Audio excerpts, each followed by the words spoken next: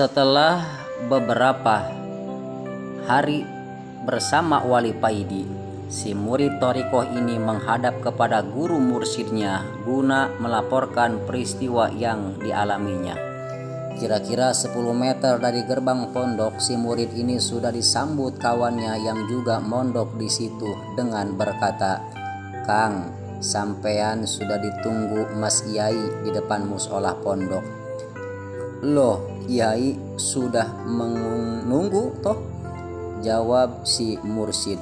"Iya Kang, tadi kira-kira 1-5 jam yang lalu aku disuruh Mas Yai membuat 2 kopi dan beliau berpesan, setelah membuat kopi tolong taruh di depan musola dan cepat-cepat kamu ke pintu gerbang karena dulurmu akan datang," terang kawan si mursyid.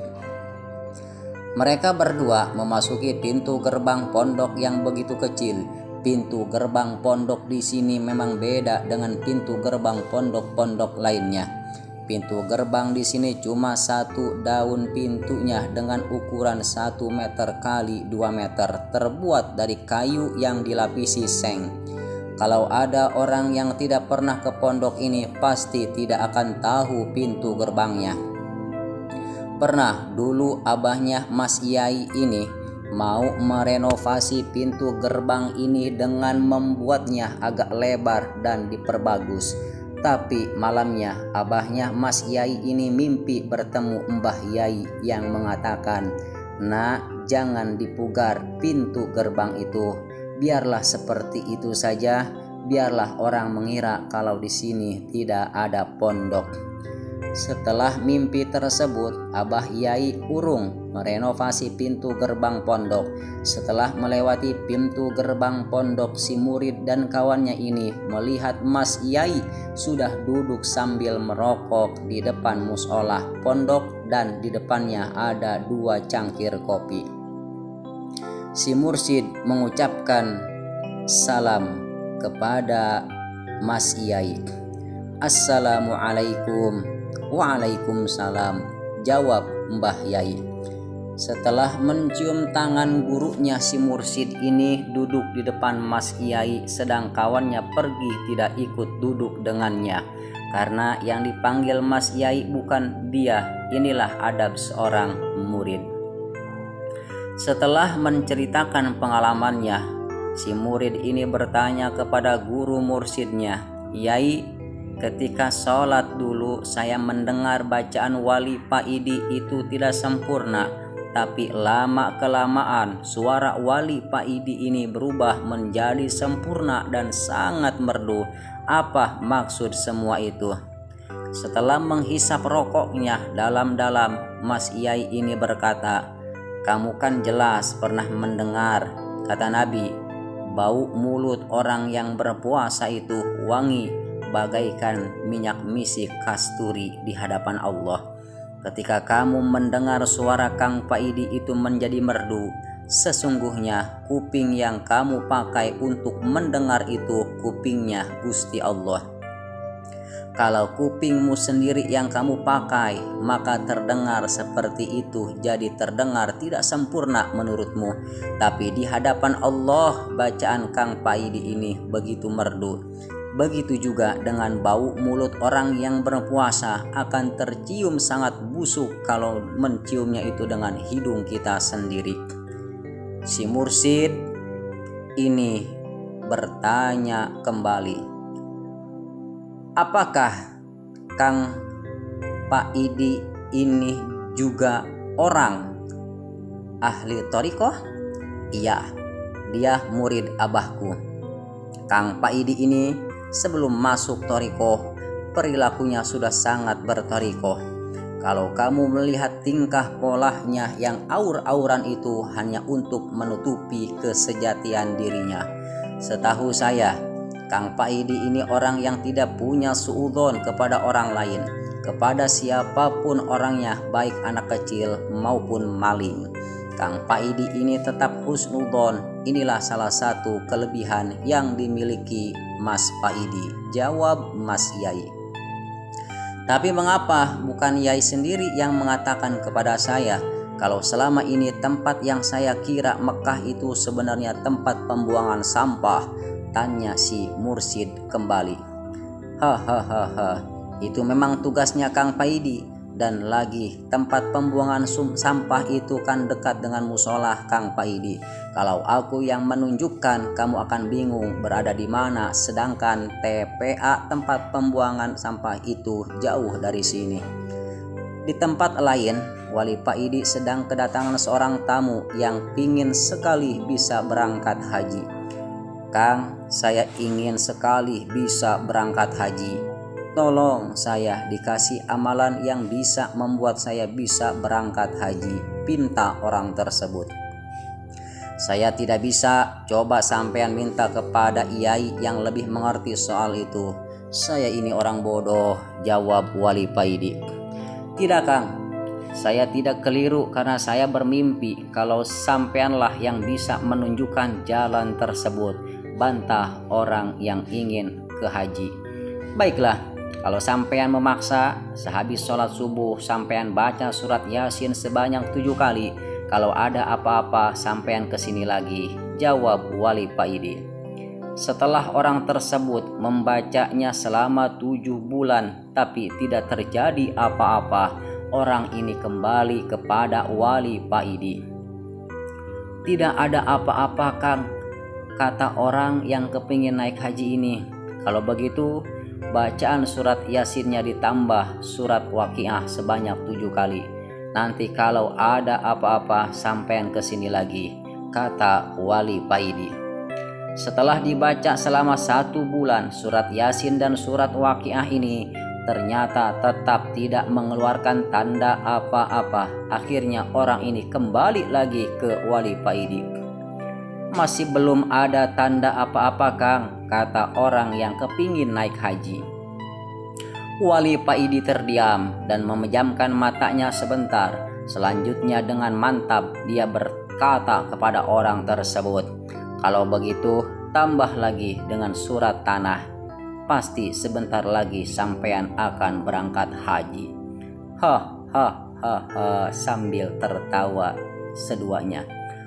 Orang yang kepingin haji ini tertawa terbahak-bahak mendengar jawaban Wali Paidi.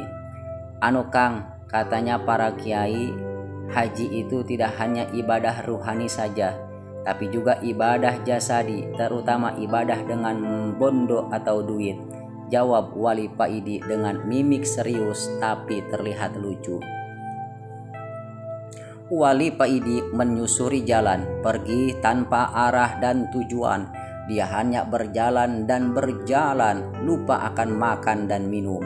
Wali Paidi ingin menghindari orang-orang yang mulai tahu kedudukannya. Mulai banyak orang sekarang yang memanggilnya Gus, memanggilnya Kiai, bahkan ada yang terang-terangan memanggilnya Sang Wali. Kehidupan Wali Paidi sekarang tampak ramai. Ada saja orang yang memerlukan bantuannya. Soal jodoh, soal panglaris, dan ada juga yang hanya minta barokah doa. Yang paling berat ada yang minta diakui sebagai murid. Wali Paidi merasa terusik. Dia kepingin merasakan kehidupannya yang dulu. Orang-orang hanya mengenalnya sebagai penjual minyak wangi dengan pengajar alif-alifan di musola kecilnya. Dan sekarang banyak sekali orang-orang yang berlomba-lomba pingin membangun musolahnya. Wali Paidi pingin menghindari itu semua. Dia jenuh akan semua pujian yang dialamatkan pada dirinya. Lebih-lebih akan datangnya malaikat yang mengunjunginya baru-baru ini. Wali Paidi mulai memasuki hutan belantara. Dia berjalan terus dan berhenti ketika dia melihat di depannya ada sungai. Dia mendekati bibir sungai. Dilihatnya airnya begitu jernih. Dia menunduk dan mulai membasuh tangan dan mukanya. Lalu Wali Paidi memperbarui wujudnya. Karena Wali Paidi ini diberi kemampuan oleh Allah untuk selalu dalam keadaan suci, memiliki wudu, atau bahasa ngaji sak parannya daimul wudu. Setelah wudu, Wali Paidi baru sadar kalau ada orang yang agak jauh di sampingnya. Orang itu sedang memancing. Wali Paidi mendekati orang tersebut.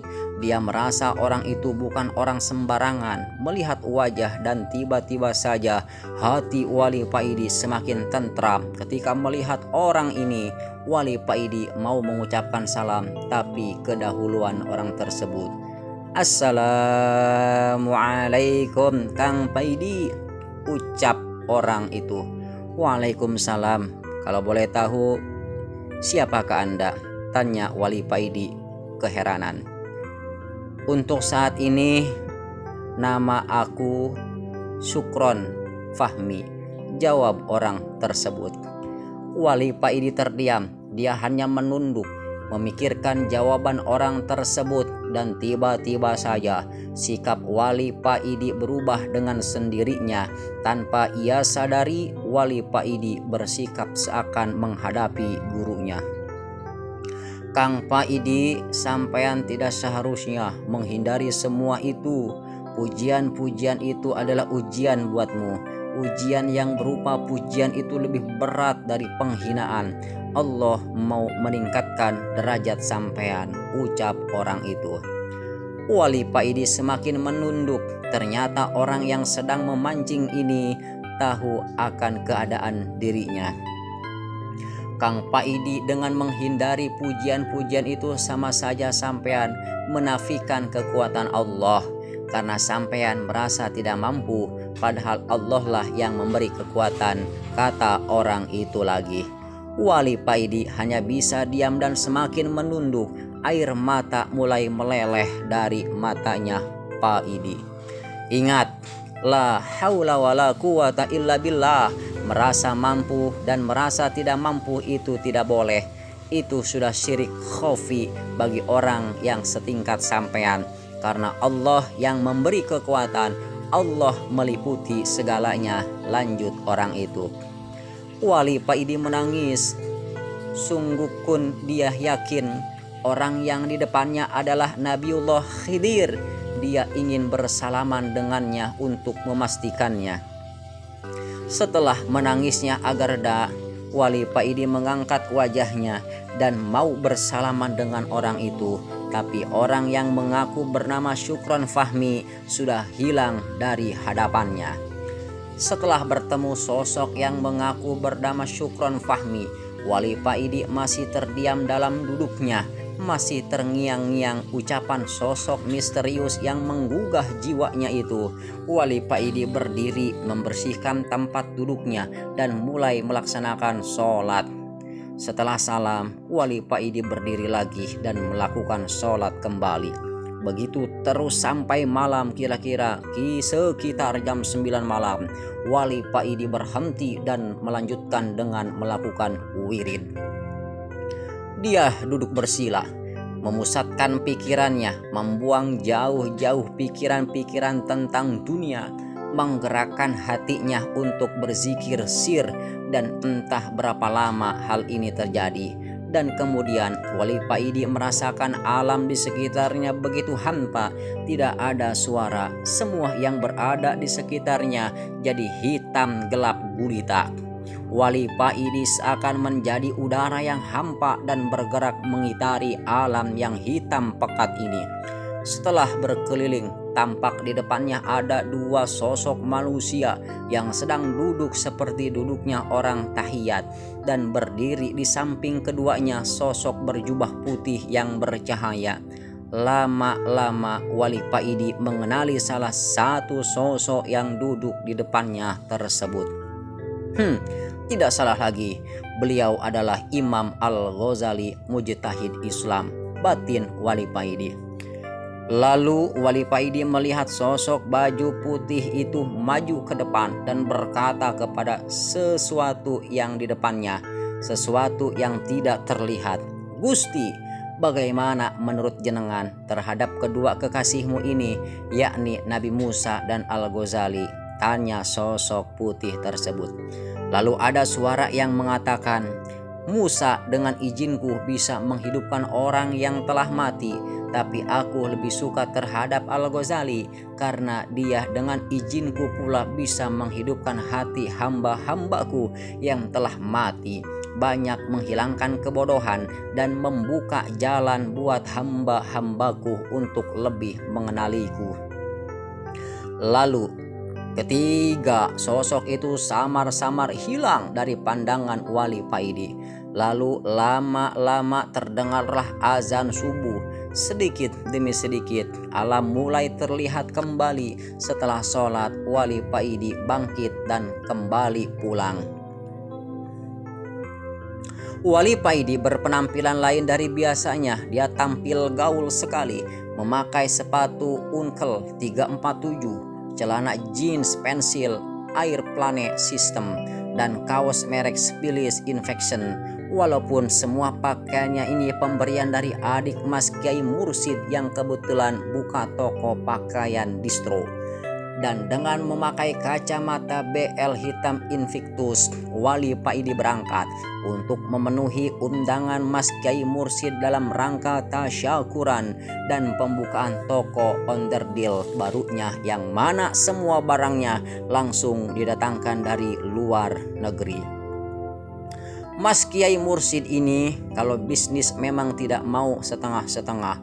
Sekali terjun beliau langsung menyelam sekalian. Sekitar jam 9 pagi Wali Paidi sudah sampai di toko Mas Kiai Mursyid. Tampak truk yang mewah yang tidak begitu besar berada di depan toko. Di bawah truk sudah berjajar rapi kursi yang terbungkus kain putih yang sebagian besar sudah terisi. Di depan truk ada geladak kecil yang juga tertutup kain putih, yang di atasnya ada karpet merah, yang di sebelah kirinya ada piano semacam elektron.